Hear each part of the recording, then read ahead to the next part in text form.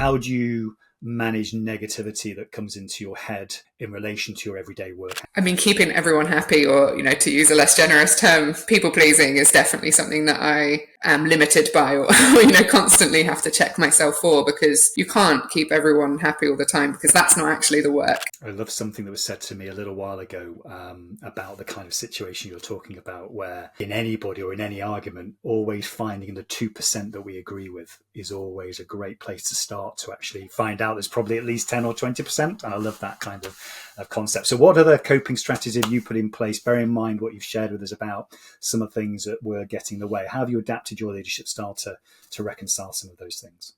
Yeah, I think it's just kind of like the nature of politics currently, or maybe forever, I don't know, is like putting yourself up for analysis or critique when you do political work, of like, well, you do X, Y, Z, so how do you have a comfortable salary, so why do you need to talk about basic income? Hello, and welcome to Confessions of a Successful Leader, hosted by me, Andrew Tallents, the self-coaching expert. In each episode of the show, we hear the insightful confessions of a successful leader who wants to inspire others to live their professional and personal dreams. I am always keen to hear your feedback, particularly in relation to the kinds of leaders you would like me to invite onto the show in future. But for now, sit back, relax, and enjoy the rich insights from our special guest.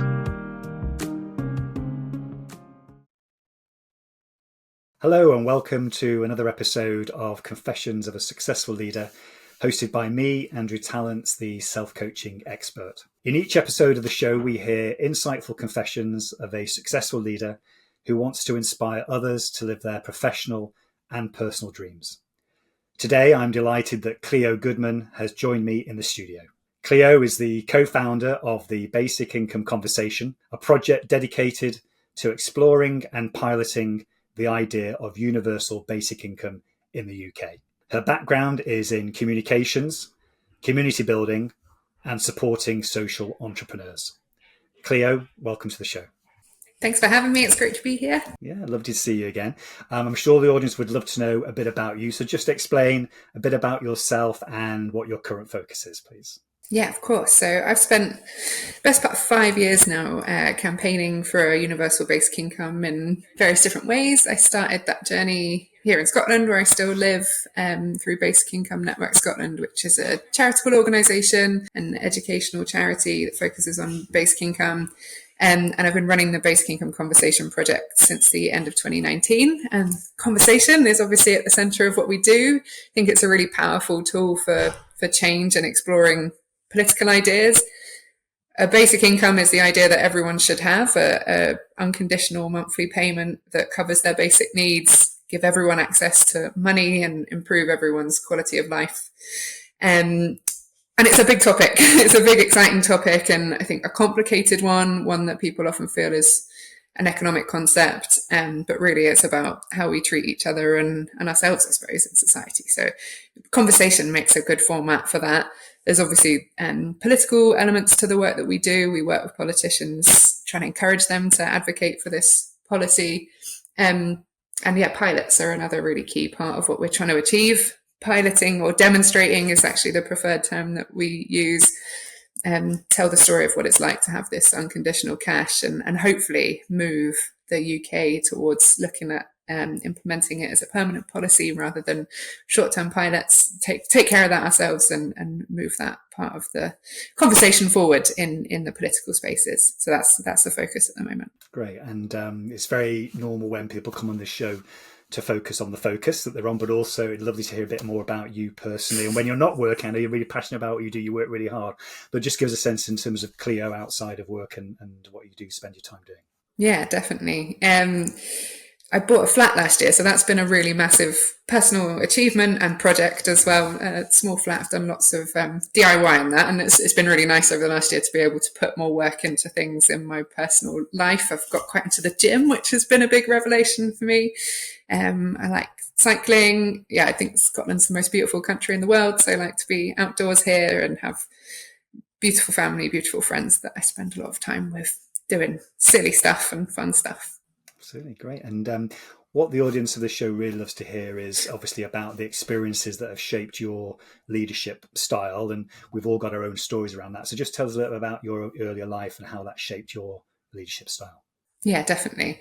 Like I say, I have a wonderful family. We're very close. I've convinced my parents to move all the way from Southampton to just around the coast from me in Edinburgh a couple of years ago, which has been wonderful. And I have a younger brother who's down in London. He's a musician. But yeah, I think always mulling over this question, it always comes back to my family, really. I think something that was very significant was my brother was quite unwell when he was very little. So he's 4 years younger than me. And that was like a big part of everyone in our family's lives for the first, 5 or 6 years of his life, I suppose. So that was when I was starting school. And then when he came to school as well, there was sort of still the repercussions of him having been unwell when he was very little. He used to sit on my lap in assemblies and get a bit of leeway that way. So I think that was very significant, sort of learning to be quite responsible for someone I love very much. And knowing that was important and, that would have long-term benefits for him and for me, but having to prioritize someone else is quite an interesting experience, I think, for someone of the age that I was then. But I remember also, my parents being very vocal about appreciating that and respecting that. And I think that also has shaped me as a person, probably, of always feeling, if I can do good things for other people, I should. And that's a source of praise and something that I think is a valuable skill, I suppose, and something always worth doing. But yeah, you can overplay that hand, particularly as a woman, I think. Absolutely. And I've known you for a while, and obviously what sometimes people might say about the world that you're in is that you have to have this voice which you're passionately trying to share with other people, and sometimes people choose to shout down that voice or choose not to listen. So what was it about your family setup, do you think, that meant that you had the superpowers to be able to be in this kind of work that you're in now?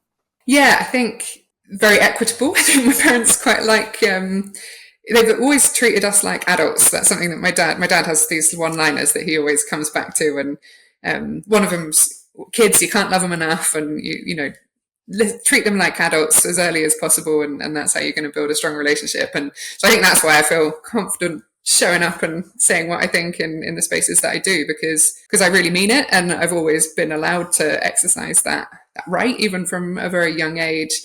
And practice talking with integrity and talking from a place of honesty.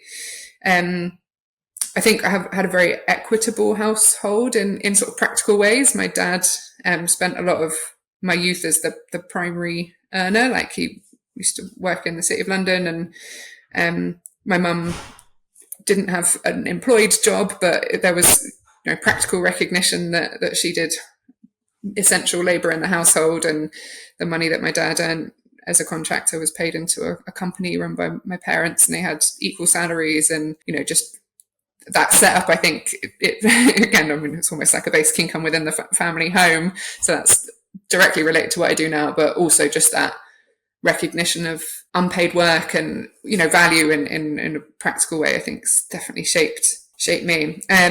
Yeah, I think something else really important from my family upbringing, my dad lost both his parents at a very young age and had a period of homelessness, and was always really honest with us about that, that he had lived on the streets, and that, the sort of thing that everyone thinks is a world away and the worst possible scenario, like, that's something that he'd lived. So I think that just closeness of what can go wrong, and the that someone so close in my life, I think there's a reality check to that I think people don't necessarily grow up with. It can be an abstract concept to people, and it is even to me, because that's his experience, not mine. But yeah, I think that's pretty formative, and I feel quite lucky in certain ways, firstly, that I didn't have to go through it. It was him, but also that he's been so honest about that.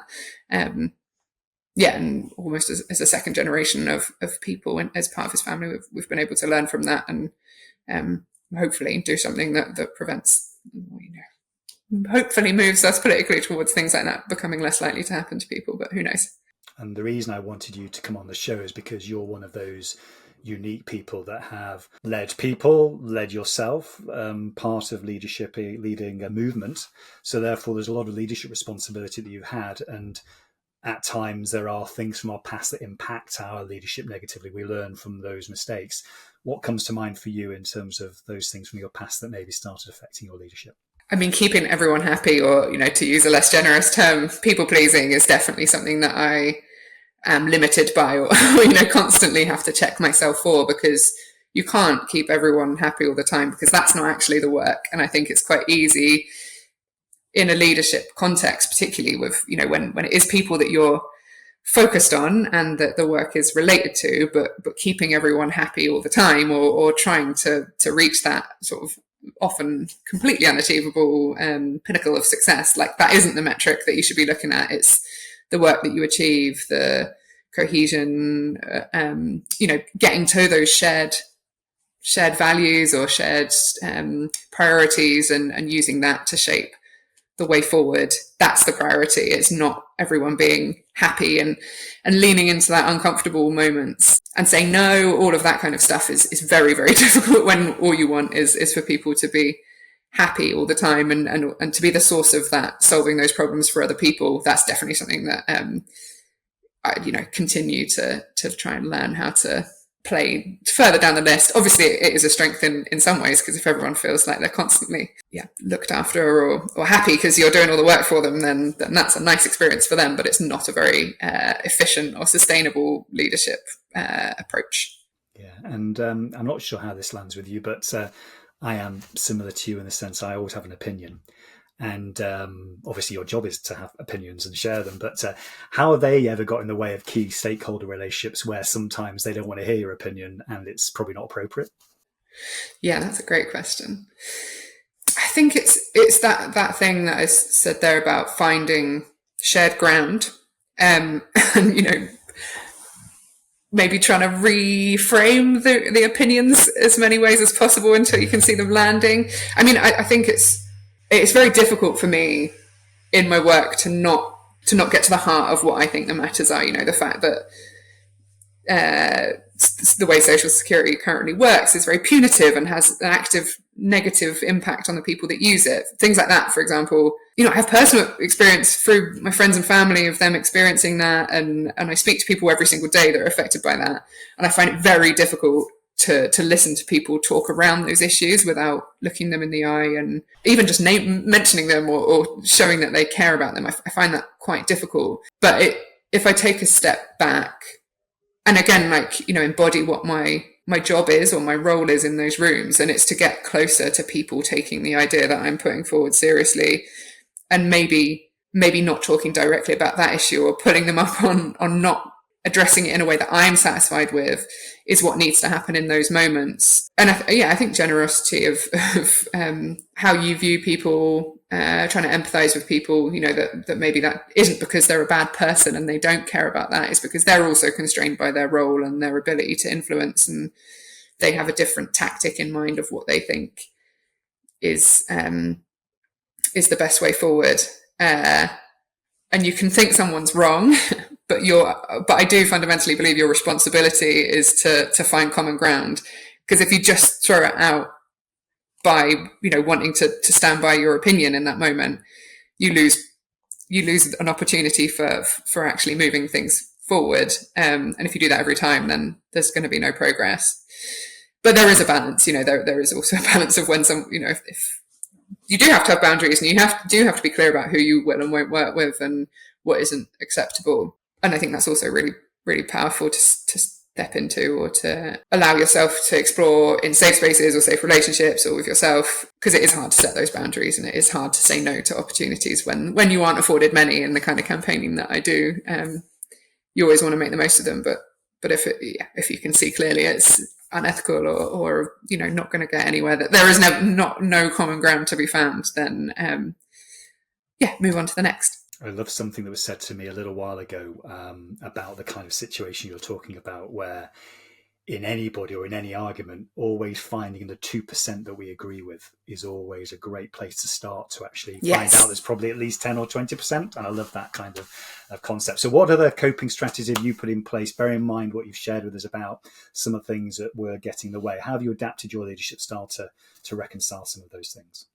Yeah, first thing that comes to mind there is around emotions. Like, I think I'm a very emotional person, and I do think that that's a strength in a lot of ways, but like, recognizing that emotions, they're information rather than the reality, and being able to process them and either take them as seriously as you should, because I think sometimes it's been trying to swallow my emotions because I'm like, well, this isn't a situation you're supposed to be emotional in, you shouldn't be having an emotional reaction to it. But actually over time, and I think as I've got older or more established, like, I need to recognize that the most, voluminous source of information I have from myself is my emotions. And again, I think this is quite a gendered thing, to just be expected to not use that or not pay attention to that in work and in leadership. So that's a coping mechanism coping mechanism, I don't know, a suite of coping mechanisms and sort of thread that is important for me. And the other side of that is acknowledging that other people have emotions. And, when you are in these moments in transaction with another person, paying active attention to regulating each other's emotions. And if it's getting into a conflict situation, trying to de-escalate that so you can get back to this productive place of trying to find a way to work forward together, or amplifying the positive emotions or the inspiration. I think a lot of walking into a room full of strangers and telling them about an exciting idea, there is a lot of energy generated in those spaces, which I think are very, very useful. I work on my own a lot, like, and finding the right people and finding the right teams and collaborating. My project was previously based at an organization called Compass, full of wonderful people, learnt loads from them. But there was a point where we had to call it quits because it was just, for the work, not the right situation anymore. And again, there's like a personal element to that and a people element to that that's very difficult. But coming back to what's right for the work, and we moved the project over to autonomy. So I started in another new team in May this year. And that is a really profoundly important thing, finding the right people. And, you invest so much in other people, but making sure that you've got people doing that for yourself, that's definitely something that's very important, or has been very important. I think just general organizational thing, probably also the main coping mechanisms that I use, like having to manage your own workload and motivation levels, all that kind of stuff, like making sure that you've got a week that's structured in a way that moves through ebbs and flows of energy and concentration and task lists. Important. Absolutely. And that moves us into, as well, I was speaking to a leader yesterday, and we were talking about how much of a day do they have negative thoughts. And he started by saying 20%, and he eventually ended up at 50% when he's actually really thought about it. If we were to include frustration, resentment, anger, impatience, all negative thoughts that affect our ability to make decisions. And we've talked about this in the past. Shirzad Samin refers to them as saboteurs in his language. But how do you manage negativity that comes into your head in relation to your everyday work? How do you manage that? Yeah, I do struggle with that a lot. I think there's the sort of critic sat on the shoulder feels a very strong presence for me. I'd probably say 100% of my time I experience negative emotions, but they're quite rapid cycling. It might just be like a little quick word in the ear. And I think trying to practice listening to it and acknowledging it and realizing that it's separate from the rest of the feelings or the thoughts or the intellectual connection that I might be having with those tasks. It's constant and difficult and useful. I think that's probably the main thing. Super, thank you. And there'll be people out there now that are listening to this and watching this, where they can really resonate with your background, with your upbringing, with the voice that you have for the world, and how challenging that is as well, independent of where that voice is. So what advice would you give to those people out there now, those leaders who can relate to your story, to channel all that earlier experience that having that voice in terms of sustainable leadership? Yeah, I think my advice always centers around how we work with each other and with ourselves. I think something that I've seen pay dividends in a way that I can't see in the rest of my work is investing time in people, and I'm taking the time to tell people that they're amazing, and doing quite a lot to unpack what you see as their strengths in detail, because I think people find that difficult, particularly in work like political work and campaigning work and work that isn't very traditional, and is so relationship focused that it's all soft, so soft and nebulous that I think multiple different viewpoints on each other, and that constant dialogue and positive reinforcement, and and I don't just mean about like personality traits, small things of like, you always keep your diary really well, you always know where you need to be next. Like, that's not something that everyone does, and that's something that you should be proud of and you should help other people learn to do, because that's a skill that we all need. That's how you can try and systemize things, you can try and turn them into training programs, but really it's just gently doing that every single day that adds up to the whole. Yes, I think my main advice is tell people when they're doing things well, and also when they're not doing things well as well. I think, again, that's pastime of the people pleaser to try and sugarcoat everything, but people take it very well if you say specifically and unemotionally, without shame or the weight of it being a reflection on them as a person. If someone's made a mistake, it's much better to tell them, and to try and offer that same grace to yourself, really importantly. I think something that's been very useful for me, certainly since the start of the Basic Income Project, co-founded it with a man called Michael Pugh, who was a trained community organizer, and we talked a lot at the start about having like a personal and a professional persona, and I think bothering to take that time to draw lines around what is accessible by the work and what is just for you has been really, really important to me. I think there's a lot of guilt that comes along with, I think it's just kind of like the nature of politics currently, or maybe forever, I don't know, is like, putting yourself up for analysis or critique when you do political work, of like, well, you do X, Y, Z, so how do you have a comfortable salary, so why do you need to talk about basic income, or you're making money off of this issue, like things like that. Like, they do weigh quite heavy on you as a person when you do this kind of work. And actually, there are also things that when you are in political work, I think you do need to like spend some time unpacking and make sure you have pretty congruent reasoning with yourself on why you do certain things certain ways. And sometimes just putting your hand up and be like, that's the way that it is. I have to operate in the world as it currently is, or I can't do anything. And that surely is less helpful. But yeah, I think being really clear with yourself about who you do that with, and doing it not just with colleagues or not just with partners, doing it in your personal life as well, and doing and listening just to yourself in certain moments. Like, I think there's a lot of wisdom in that. Again, one of my dad's other one-liners is "look inside yourself" has been often where the line that has completed his advice to me on anything, or after we've gone back and forth on a big issue. So yeah, again, that's an important thing to tune into.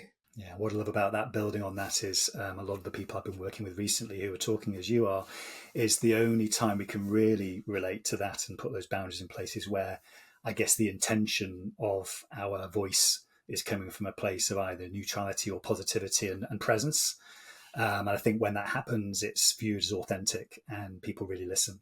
Whereas in politics today, in my view, there's a lot of negativity around and blame. And when it's coming from that place, people just switch off. And that's the difference, isn't it? Definitely. And I think it's a lot of time wasted just analysing how other people are doing things and telling them they're doing it wrong. I think you could be spending time doing something that you think is right yourself. And that's a much more joyful way to live. Definitely not something that I manage to do all the time, because it's quite hard to not look over each other's shoulders. But yeah, I think something else that I think is very important in sort of entrepreneurship generally, I think, but of social entrepreneurship has been the world that I've lived in, but surely there's parallels. When you're inventing something from scratch, it can take a really long time to turn something into something tangible or systemized, or like a service or a workshop or whatever it is.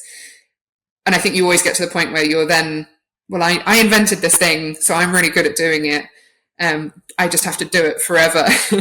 I think there's always trying to look out for opportunities to hand that over to other people and bring people up to that level, so then you can innovate again. I think that's really important, and I think it's really difficult. And I think that's probably, I've mentioned that now because I'm probably at a point with this project where I'm trying to work out what that is, because I feel a sense of stagnation is maybe a strong word, but it's the one that comes to mind with what I'm doing at the moment. So I need to think about what I'm doing next and who I'm bringing into that space. And again, like it just feels like the greatest joy when you do watch other people bring themselves to something that maybe you started off and they do it much better, or they do it really differently.